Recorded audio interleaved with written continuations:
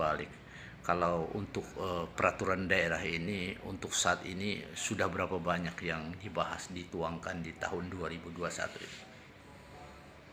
Peraturan daerah yang sudah ditetapkan kemudian diundangkan pada tahun 2021 ini sudah sejumlah 11 buah. Yang terakhir adalah peraturan daerah tentang perubahan APBD tahun anggaran 2021. Direncanakan peraturan daerahnya akan bertambah sampai dengan akhir bulan ini, yaitu untuk APBD tahun anggaran 2022 yang sekarang ada di pemerintah provinsi menunggu hasil evaluasi.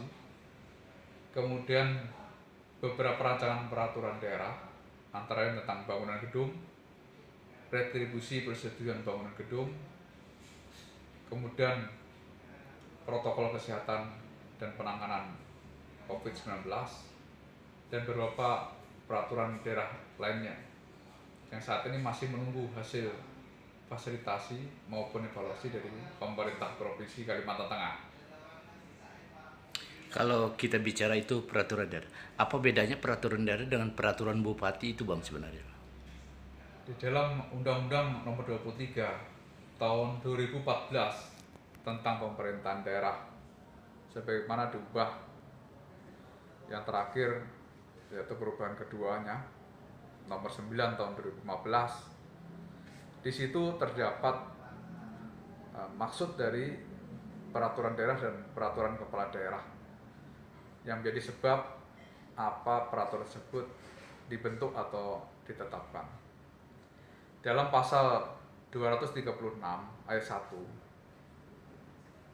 berbunyi, untuk menyelenggarakan otonomi daerah dan tugas pembantuan, daerah membentuk perda. Kemudian dalam pasal 246 ayat 1, untuk melaksanakan peraturan daerah atau kuasa peraturan perundang-undangan yang lebih tinggi, kepala daerah menetapkan perkada. Jadi dalam pasal 236 ayat 1 dan pasal 246 ayat 1 itu termaksud adalah bunyi mana peraturan daerah atau peraturan kepala daerah tersebut itu dibentuk oleh daerah ataupun oleh kepala daerah. Nah, kalau kita mengacu kepada Perda Perbu, ini dan juga ini ada SK. SK ini surat keputusan. Maksud inti surat keputusan juga apa itu, Bang? Apakah dalam kerangka acuannya sama merujuk dari Perda Perbu sampai ke surat keputusan atau bagaimana, Bang? Keputusan kepala daerah atau orang sering menyebutnya dengan istilah surat keputusan bersingkat dengan SK. Itu merupakan salah satu dari produk hukum daerah, yaitu dia suatu produk hukum yang sifatnya konkret, individual, dan final. Jadi dia hanya bersifat menetapkan. Jadi produk yang bersifatnya penetapan. Berbeda dengan peraturan daerah dan peraturan bupati, karena dia bersifat pengaturan. Jadi perbedaan adalah pada isinya, di mana peraturan daerah dan peraturan bupati itu adalah sifatnya mengatur, sedangkan keputusan bupati itu sifatnya menetapkan. Kalau dalam istilah dalam bahasa Belandanya itu ada yang bersifat regeling dan ada yang bersifat basicing. Jadi dua itu yang menjadi pembeda, sama-sama produk yang ditetapkan oleh kepala daerah, tetapi karena isinya yang berbeda materi muatannya, maka kemudian mempunyai nama yang berbeda. Pada masa lalu dua-duanya memang bernama keputusan sebelum berlakunya Undang-Undang Pemerintahan Daerah yang terbaru, yaitu sebelum tahun 2005 itu hanya dikenal namanya keputusan, baik itu menteri sampai di bawahnya bupati, semuanya bernama keputusan. Sehingga dokumen-dokumen yang kami punyai pada tahun 2004 dan baik itu menteri sampai di bawahnya bupati. Semuanya bernama keputusan. Sehingga dokumen-dokumen yang kami punyai pada tahun 2004 dan ke bawahnya, begitu juga kita lihat yang ada di Kementerian Dalam Negeri, itu tidak ada muncul istilah peraturan untuk menteri maupun peraturan untuk bupati misalkan. Karena pada masa itu memang istilah yang digunakan adalah keputusan dua-duanya itu. Tetapi ada perbedaan, jadi diterbitkan dua keputusan. Yang satu bersifat pengaturan atau leveling, sebenarnya bersifat penetapan atau BCG. Ya, jadi seperti itu. Tapi kalau kita melihat kerangka acuan di saat dalam satu pembahasan perda, apakah ini mengacunya dari undang-undang atau memang ada perda sendiri, Bang? Ya, kalau dalam kondisi sekarang ini memang pemerintah daerah dituntut untuk menindaklanjuti Undang-Undang Cipta Kerja, Undang-Undang Nomor 11 tahun 2020, di mana sudah terbit peraturan pemerintah dan peraturan presiden sebagai pelaksanaannya yang berjumlah 49 buah.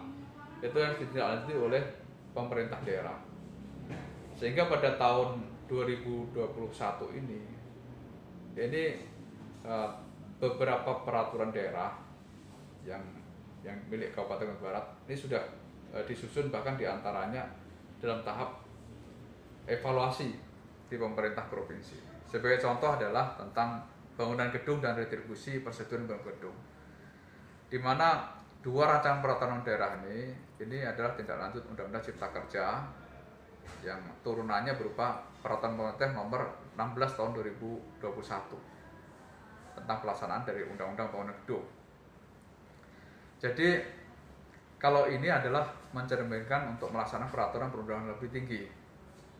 Jadi materi muatan dari peraturan daerah selain untuk melaksanakan otonomi daerah dan tugas pembantuan, itu juga kaitan dengan melaksanakan dari peraturan perundangan lebih tinggi.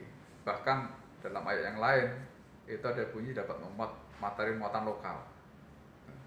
Kalau kita melihat, Bang, peraturan daerah ada tidak bertentangan dengan undang-undang, Bang, selama ini yang digulirkan?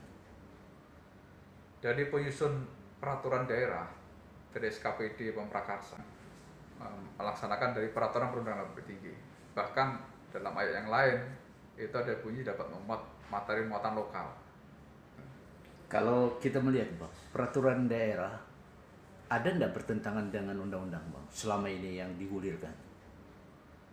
Dari penyusun peraturan daerah dari SKPD Pemprakarsa tidak ada niatan untuk membuat peraturan yang bertentangan dengan peraturan perundangan lebih tinggi, karena itu adalah norma yang ditaati.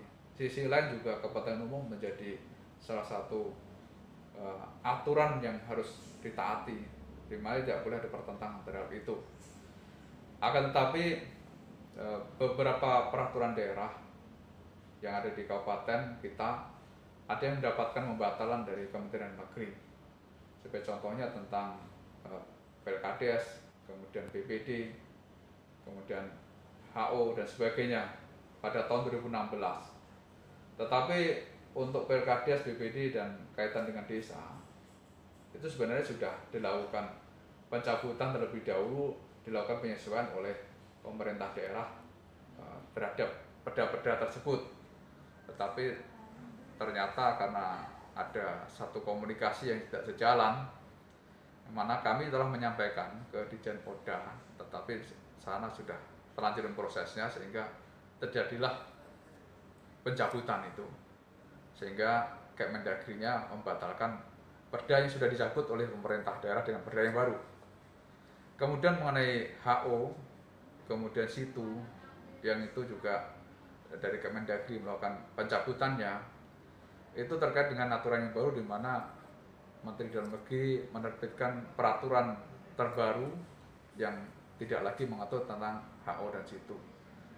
Sehingga dalam hal ini kejadian adalah bukannya pemerintah daerah itu memiliki perda yang melanggar peraturan yang lebih tinggi, tapi peraturan baru yang lebih tinggi tadi itu dibuat sehingga harus dilakukan penyesuaian atau karena tidak ada materi yang diatur tersebut, maka perda yang mengikuti peraturan lama itu dicabut dengan adanya SK pembatalan yang jadi rujukannya. Oke, Ya. Bang. Demikian wawancara kami kepada Kabak Hukum Pemerintah Daerah Kabupaten Kota Waringin Barat.